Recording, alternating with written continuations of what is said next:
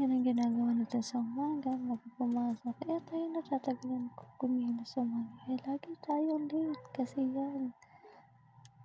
Ang bagal-bagal kumuha. Tingin na lang na makeup. Nakabagal pa. Nanonood pa kasi yan. Kaya ganyan yan. Diba? Patingin-tingin pa. May patay pa nasa natin. Wipe and then, papa. Akala mo kinaganda niya. Pinahid-pahid pa. Akala mo talaga plakado. Akala mo talaga maganda yan. Patingin-tingin pa. Pinunasan pa ulit. Tinignan pa. Ito na, magkikili na tayo. Natin kung papantay ka nang talaga magaling magkili ang babae na yan. Di talaga ako. Akala mo talaga ako. Ulit pa nga, magkikili pa tayo sa kabila. Akala mo talaga pantay magkili ang babae na yan. Akala mo talaga kinaganda niya. Diba? Tinignan pa niya kung may pantas. Ulit pa nga niya. Ulitin niya ulit sa kabila yan. Akala mo talaga kinapantay ng kilay niya. Panunod pa. Hindi, kuha tayo ng brush. Anong brush? Ano yan? Ay, nag-swipe. Nag-mascara agad. Akala mo kinaganda niya talaga. Diba?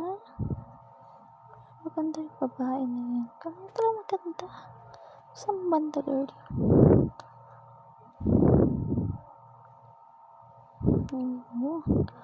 Kukulit ang gamit yan, pero tulala na naman yan. Kukunin lang naman yung brush.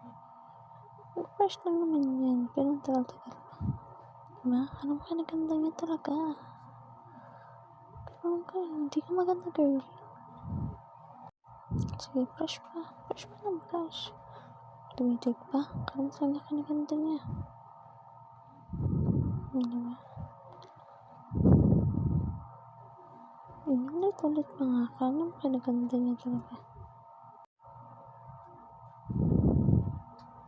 Kumuha ulit. Hindi alam ko na kukunin. Kumuha ng wallet. Akala mo talaga may pera. Babae na yan. Wala talaga pera yan. Naglagay pa sa maniningil te. May pa-wetting ka. Kaya na kayo.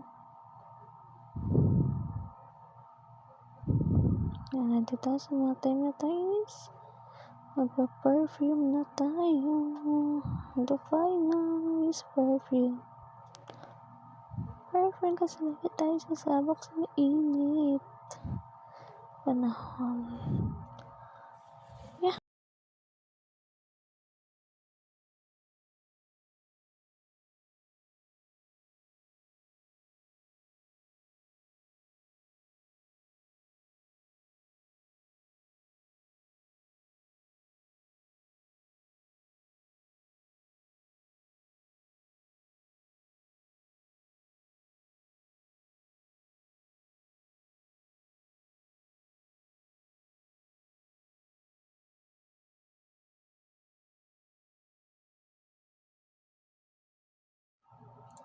Mag-lipstick na tayo. Ano ba talaga kinaganda niya yan?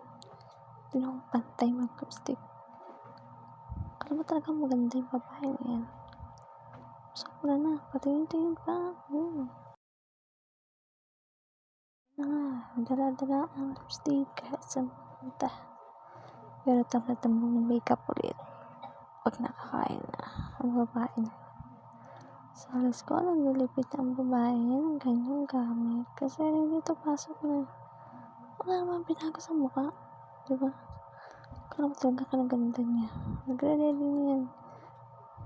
Bye-bye!